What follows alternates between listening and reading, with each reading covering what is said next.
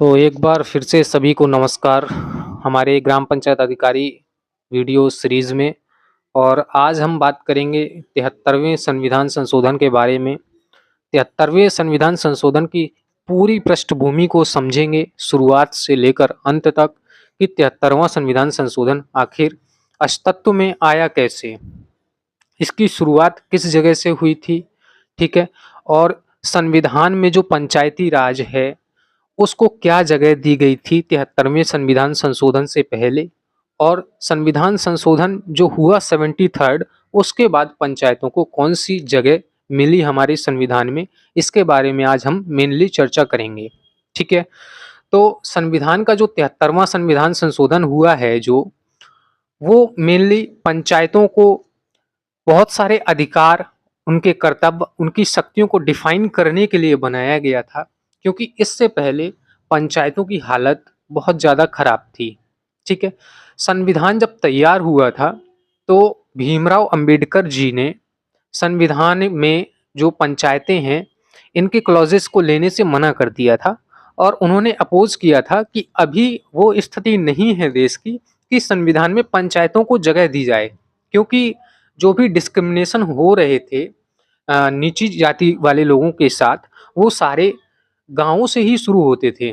और मेनली आज भी हम देख रहे हैं कि जितने भी डिस्क्रिमिनेशन देखे जा रहे हैं वो शहरों की अपेक्षा ज़्यादातर गाँवों में देखे जाते हैं, ठीक है। तो इसलिए उस समय भीमराव अंबेडकर जी ने कहा था कि अभी ये सही समय नहीं है कि हम संविधान में पंचायतों को जगह दें, ठीक है। लेकिन धीरे-धीरे ये आवश्यकता महसूस होने लगी कि नहीं, जो हमें शक्तियों का विकेंद्रीकरण है, जो हमें बेसिक लेवल पे काम करने हैं, वो तो हमें पंचायतों के स्तर से ही करने होते हैं, क्योंकि जो सबसे छोटी इकाई है, वो तो ग्राम ही है। तो जो भी योजनाएँ हम लेके आएँगे राज्य में या केंद्र में, वो सारी जो बेसिक लेवल से स्टार्ट होंगी, वो कहाँ से होंगी? गाँव से होती हैं। तो बाद में बहुत ज़्यादा आवश्यकता महसूस की जाने लगी, क्योंकि जो भी योजनाएँ स्टार्ट की जा रही थी भारत की दशा को सुधारने के लिए, वो पर्याप्त फल नहीं दे पा रही थी या पर्याप्त रिजल्ट नहीं दे पा रही थी। तो इसका कारण पता करने के लिए कई सारी समितियों का गठन किया गया, जिन्हें हम पंचायती राज की समितियाँ कहते हैं, ठीक है। अब इसकी पृष्ठभूमि के बारे में बात करें हम, ठीक है, तो संविधान में इसको जो जगह दी गई थी, वो राज्य के नीति निर्देशक तत्वों के अंतर्गत अनुच्छेद 40 में इसको जगह दी गई थी। ये बात तो हम सभी जानते हैं कि अनुच्छेद 40 में ये कहा गया था कि ग्राम सभा के गठन का प्रयास किया जाएगा, ठीक है। ग्राम सभा के गठन का प्रयास किया जाएगा, किसके द्वारा? राज्यों के द्वारा, ठीक है। ऐसा कहा गया था। किसमें कहा गया था? राज्य के नीति निर्देशक सिद्धांतों में। अब ये चीज अगर मौलिक अधिकारों में लिखी होती तो ये बिल्कुल मतलब हमें करना ही पड़ता राज्यों को, फिर राज्यों के लिए मस्ट हो जाता। अगर ये किस में होती? ये मौलिक अधिकारों में होती, लेकिन ये चीज दी गई थी नीति निर्देशक सिद्धांतों में। और नीति निर्देशक सिद्धांतों को अप्लाई करवाना कंपल्सरी है नहीं, ये सिर्फ राज्यों की नैतिकता है कि वो किन क्लॉजेस को, नीति निर्देशक सिद्धांतों के किन क्लॉजेस को अप्लाई करते हैं या नहीं करते हैं, ये राज्यों के ऊपर डिपेंड करता है, ठीक है। तो इसी वजह से जो पंचायतों का गठन किया जा रहा था अनुच्छेद 40 के अंतर्गत, उनकी स्थिरता राज्य संघ या राज्य क्षेत्र सरकार की इच्छा पर निर्भर करती थी। जो सत्ता और अधिकार में राजनीतिक शक्ति होती थी, उसकी इच्छा पर निर्भर करता था कि वो पंचायतों को गठन करना चाह रहा है या नहीं करना चाह रहा है। आगे बात करेंगे।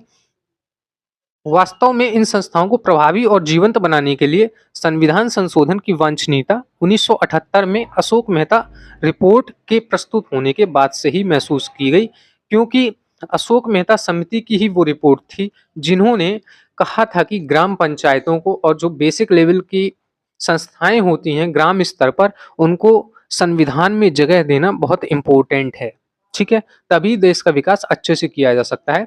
तो ये अशोक मेहता समिति की रिपोर्ट प्रस्तुत होने के बाद बहुत सारी ज़रूरतें महसूस होने लगी हैं कि ग्राम पंचायतों को भी संविधान के अंतर्गत जगह दी जानी चाहिए। आगे बात करेंगे कि 80 के दशक में, ठीक है, 80 के दशक के अंत में केंद्र सरकार ने पंचायतों को संवैधानिक दर्जा देने के तौर तरीकों पर काम करने के लिए परामर्श और कार्यशालाओं की एक श्रृंखला भी शुरू कर दी थी। जब अशोक मेहता रिपोर्ट की समिति आई तो उसके बाद बहुत सारे प्रयास किए गए, मीटिंग्स हुई काफ़ी सारी कि किस तरीके से ग्राम पंचायतों को संविधान में जगह दी जा सकती है।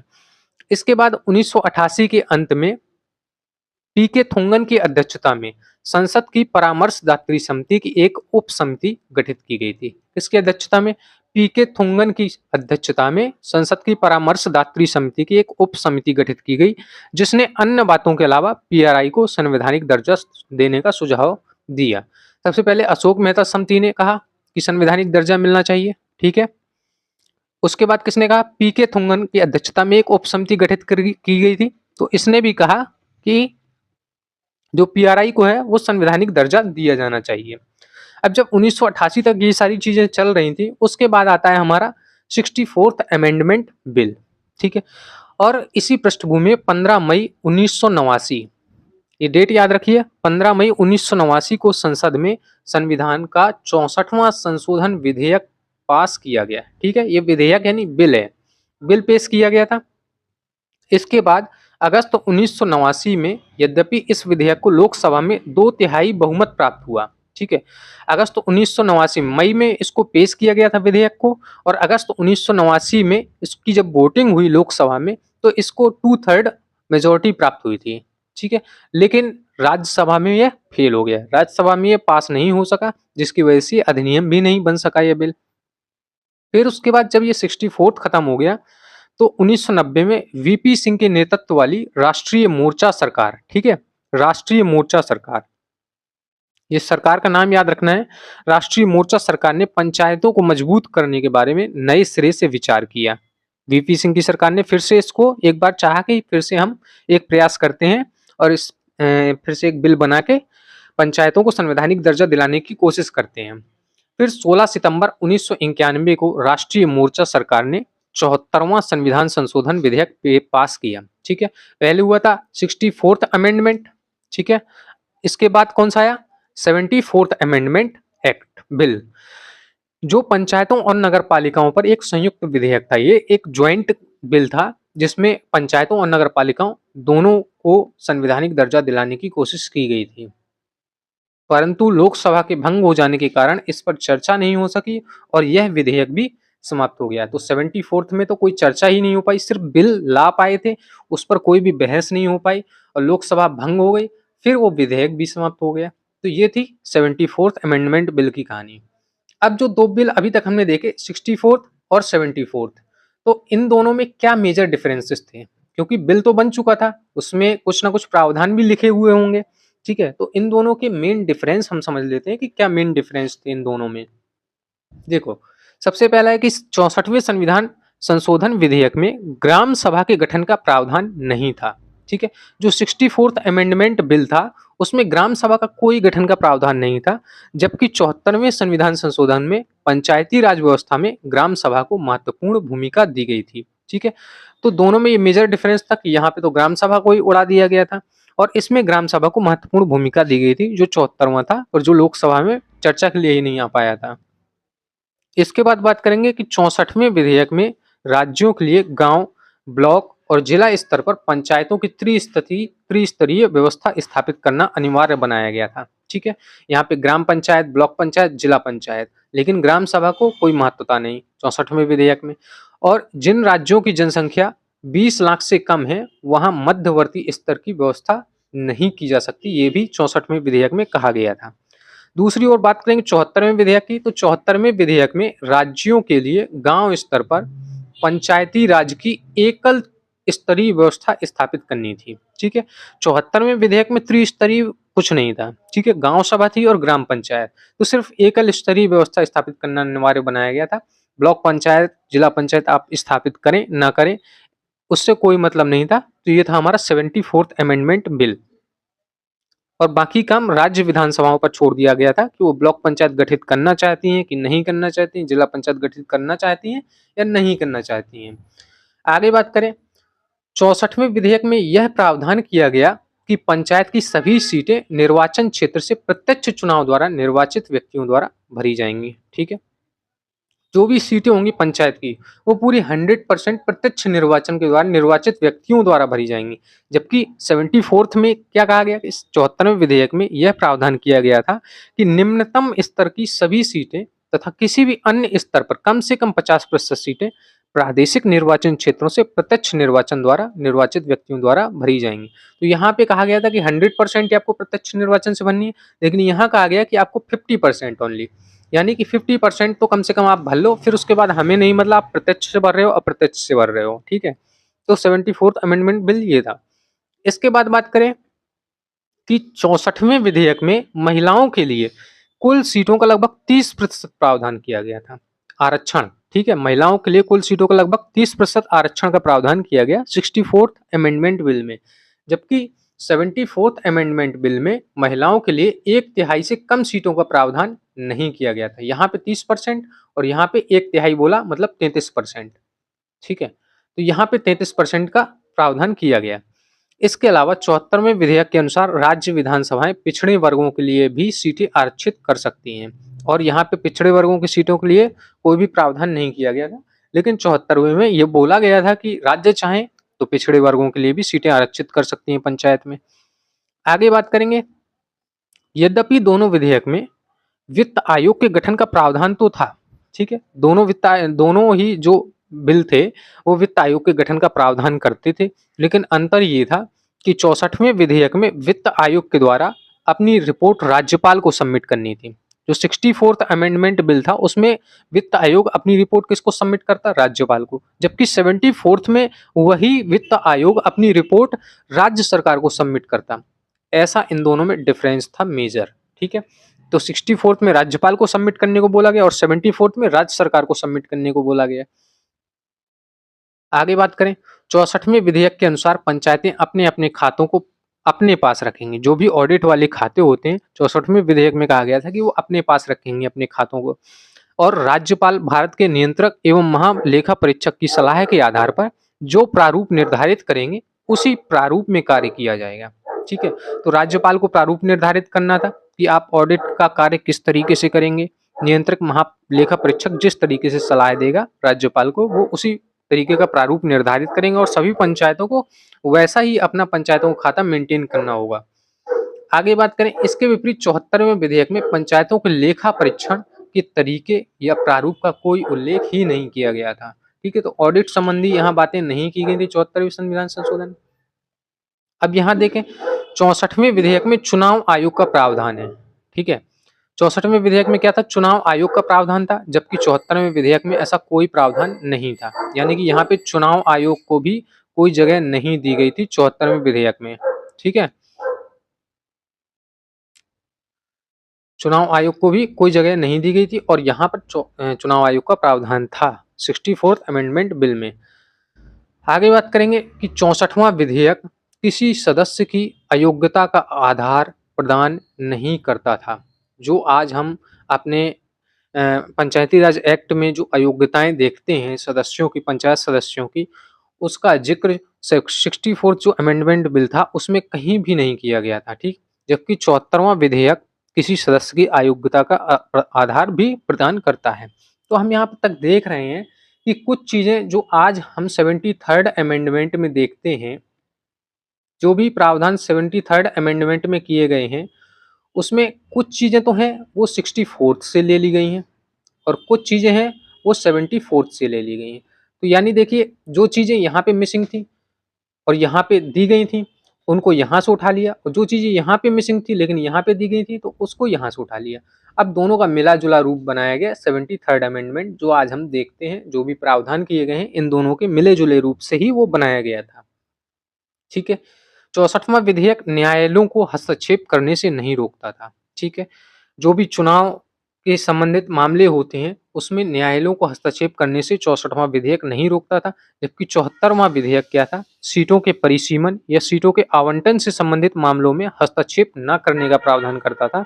वो बोलता था, 74वां संविधान संशोधन विधेयक जो था वो कहता था कि यदि राज्य सरकार ने सोच लिया कि यहाँ पे ये सीट रहेगी एससी की, यहाँ पे ओबीसी की रहेगी, या ये ग्राम पंचायत इतने क्षेत्र में है, ये ग्राम पंचायत इतने क्षेत्र में, उसका परिसीमन जिस आधार पे भी किया गया है राज्य सरकार के द्वारा, उस पर कोई भी व्यक्ति किसी भी तरीके से केस नहीं कर सकता था, यानी न्यायालय के हस्तक्षेप को रोका गया था। आगे बात करते हैं कि निष्कर्ष क्या निकला फिर। अब दोनों ही बिल पास तो हो नहीं सके, एक बिल तो राज्यसभा में फेल हो गया और दूसरा विचार के लिए ही नहीं आ पाया। तो अब निष्कर्ष क्या निकला उन दोनों का, तो निष्कर्ष ये निकला कि जो 64वां विधेयक था उसमें ऐसे प्रावधान थे जो केंद्रीकरण को मजबूत करने या राज्यों की राजधानियों में अपने प्रतिनिधियों के माध्यम से केंद्र को पीआरआई पर नियंत्रण रखने का इरादा रखते थे। ठीक है, तो 64वें विधेयक में प्रावधान ऐसे थे जो केंद्रीकरण विकेंद्रीकरण के लिए मेन चीज लाई जा रही थी, लेकिन यहाँ पे तो केंद्रीकरण को बढ़ावा मिल रहा था और केंद्र को पीआरआई पर नियंत्रण रखने का मौका मिल रहा था इस अमेंडमेंट बिल के थ्रू। तो यही कारण था कि यह राज्यसभा में आवश्यक समर्थन नहीं जुटा सका। ठीक है, राज्यसभा में यह फेल हो गया था। आगे बात करेंगे 74वें की क्या बात हुई। 74वें संशोधन विधेयक में भारतीय राजनीति के संघीय ढांचे को मजबूत किया गया। ठीक है, इसमें क्या था कि संघीय ढांचा बहुत ज्यादा मजबूत हो जाता यदि ये बिल पास हो जाता, क्योंकि यहाँ पे ना तो राज्य निर्वाचन आयोग के गठन का प्रावधान था, सिर्फ केंद्रीय निर्वाचन आयोग ही चुनाव करवाता सभी जगह पे पंचायतों पे। तो यहाँ से फिर क्या होता कि संघीय ढांचे को मजबूती मिलती और केंद्र को पीआरआई पर सीधे नियंत्रण रखने का अधिकार मिल जाता। समझ गए, केंद्र क्या कर चाहता, जैसे चाहता उस तरीके से पीआरआई पर नियंत्रण रख सकता था और इसीलिए यह विचार के लिए ही नहीं आ पाया यह विधेयक था जो। अब इसके बाद देखें कि आगे क्या हुआ जब ये दोनों बिल लैप्स हो गए, फिर आगे क्या हुआ। तो आगे देखेंगे जून 1991। ठीक है, जून 1991 में पीवी नरसिंह राव के नेतृत्व वाली कांग्रेस सरकार ने केंद्र में सत्ता संभाली। ठीक है, जून 1991 में सत्ता संभाली, जो संविधान 72वें संविधान संशोधन 1991 के रूप में एक व्यापक संशोधन विधेयक लेकर आई है सरकार। ठीक है, 72वां संविधान संशोधन विधेयक 1991 के रूप में विधेयक लेकर आई थी कौन सी सरकार, पीवी नरसिंह राव नेतृत्व वाली कांग्रेस सरकार। आगे बात करेंगे, इसे 16 सितंबर 1991 को संसद में पेश किया गया था। 72 अमेंडमेंट बिल को 16 सितंबर 1991 को संसद में पेश किया गया बिल था ये। इसमें सारे प्रावधान लिखे गए थे और जब प्रावधान लिखे जाते हैं तो फिर क्या होता है कि दोनों सदन जो लोकसभा और राज्यसभा है उनकी एक ज्वाइंट कमेटी बनती है। वो कमेटी उन प्रावधानों पर विचार करती है, अलग अलग समितियों मंत्रालयों से प्रावधानों के बारे में चर्चा करेगी और जो भी उसमें संशोधन सुझाए जाएंगे वो संशोधन किए जाते हैं। तो 16 सितंबर 1991 को संसद में पेश किया गया और विधेयक को संसद के दोनों सदनों की संयुक्त समिति को भेजे जाने का प्रस्ताव ग्रामीण विकास मंत्रालय में राज्य मंत्री थे उस समय पे श्री जी वेंकट स्वामी। ठीक है, श्री जी वेंकट स्वामी द्वारा 20 दिसंबर 1991 को लोकसभा में रखा गया और उसे स्वीकृत भी कर दिया गया कि इसको ज्वाइंट कमेटी को दे दिया जाए इस बिल को जो उस पर विचार करेगी। ठीक है, तो 20 दिसंबर 1991 को लोकसभा में ज्वाइंट कमेटी को प्रस्ताव देने का विचार स्वीकृत हो गया था। आगे बात करेंगे, राज्यसभा ने भी 21 दिसंबर 1991 को उक्त प्रस्ताव पर सहमति व्यक्त कर दी कि इनकी ज्वाइंट कमेटी बनाई जाए दोनों सदनों की और इस जो बिल है ये 72 अमेंडमेंट बिल इस पर चर्चा करेगी ये ज्वाइंट कमेटी। अब फिर क्या होगा कि जो ज्वाइंट कमेटी बनी थी इस बिल पर विचार करने के लिए उसकी कुल 13 बैठकें हुई। पहली बैठक 22 जनवरी 1992 को हुई। समिति ने जुलाई 1992 में संसद को अपनी रिपोर्ट भेज दी। ठीक है, 22 जनवरी 1992 से जुलाई में उसी वर्ष जुलाई में ही संसद को अपनी रिपोर्ट भेज दी और समिति ने जुलाई 1992 में संसद को अपनी रिपोर्ट सौंप दी। उसके बाद विधेयक के विभिन्न प्रावधानों पर विभिन्न राजनीतिक दलों के प्रतिनिधियों के साथ विचार विमर्श किया गया इस समिति के द्वारा और आम सहमति से आवश्यक संशोधन भी मान लिए गए। जो भी संशोधन सुझाए गए थे राजनीतिक दलों के द्वारा वो आवश्यक संशोधन इस बिल में कर दिए गए और अंततः संविधान के 72वां संविधान संशोधन विधेयक 22 दिसंबर 1992 को लोकसभा में, ठीक है, 22 दिसंबर 1992 को लोकसभा में और 23 दिसंबर 1992 को राज्यसभा में, ठीक है, लगभग पूर्ण सर्वसम्मति से पारित हुआ। क्योंकि और सर्वसम्मति से पारित होना भी था क्योंकि इस एक्ट को 2 से 3 इस बिल को 2 से 3 बार लाया जा चुका था और बहुत ज़्यादा ज़रूरी भी था क्योंकि भारत की आर्थिक स्थिति बहुत ज़्यादा खराब थी और जो भी काम हो सकते थे वो बेसिक स्तर से हो सकते थे, यानी कि गाँव के लेवल से ही हम सुधार कर सकते थे। तो सभी को महसूस हो रही थी इस चीज़ की कमी और इसीलिए इसको और लेट न करते हुए सभी ने पूर्ण सर्वसम्मति से पारित कर दी है। 17 राज्यों से विधेयक का अनुसमर्थन प्राप्त करने के बाद रिकॉर्ड में भी इसे मंजूरी प्रदान कर दी गई। तो 17 राज्यों ने इसे अनुसमर्थन प्राप्त करवा दिया तुरंत। आगे बात करेंगे, इस विधेयक को राष्ट्रपति की स्वीकृति के लिए भेजा गया फिर और 20 अप्रैल 1993 ये डेट भी इम्पोर्टेंट है। 20 अप्रैल 1993 को राष्ट्रपति की स्वीकृति इस विधेयक को मिल गई और 24 अप्रैल 1993 से संविधान का 73वां संविधान संशोधन अधिनियम 1992 लागू हो गया, जो आज हम देखते हैं, जो आज हम पढ़ रहे हैं ग्राम पंचायत अधिकारी बनने के लिए, और जो बहुत ज़्यादा इम्पोर्टेंट है क्योंकि पूरा एग्ज़ाम इसी पर बेस रहने वाला है। ठीक है, आगे बात करेंगे एक आखिरी इम्पोर्टेंट चीज़ की कि 1978 में अशोक मेहता रिपोर्ट ने पंचायतों को जो संवैधानिक दर्जा देने की सिफारिश की थी, लेकिन क्या हुआ कि उस संवैधानिक दर्जा को प्राप्त होने में 1.5 दशक से ज़्यादा का समय लग गया। ठीक है, 78 में सिफारिश की और जाके 1993 में वो लागू हो पाया। ठीक है, तो लगभग लगभग 15 साल यानी कि 1.5 दशक बाद वो सिफारिश पूर्ण हुई। तो इस तरीके से हमने देखा कि किस तरीके से 73वें संवैधानिक संशोधन की जो बैकग्राउंड है वो तैयार किया गया था और संविधान में क्या प्रावधान थे। इसके पहले सिर्फ एक अनुच्छेद दिया गया था, वो भी नीति निर्देशक सिद्धांतों के अंतर्गत अनुच्छेद 40 में, और केवल वही उसका बेस था संविधान के तौर पर, और वहीं से ही 73वें संविधान संशोधन को स्थापित करने में बहुत बड़ी सहायता प्राप्त हुई। आगे बात करेंगे तो हमारा एक वीपीओ प्रीमियम ग्रुप भी है, जहाँ पर इसकी पीडीएफ शेयर की जाएगी और इस पीडीएफ को आप चाहें उस ग्रुप में जो भी ज्वाइन होना चाहें ज्वाइन हो सकते हैं। ठीक है, और वहाँ पे पूरा आपको कंटेंट दिया जाता है वीपीओ का, टॉपिक वाइज क्विज और मॉक टेस्ट प्रदान किए जाते हैं और वहीं पर इसकी पीडीएफ भी शेयर की जाएगी। तो जिनको भी पीडीएफ चाहिए है और फुल कंटेंट चाहिए है तो वो उस ग्रुप को ज्वाइन कर सकते हैं। यहाँ पे पूरी डिटेल दी हुई है, तो आप लोग पढ़ सकते हैं।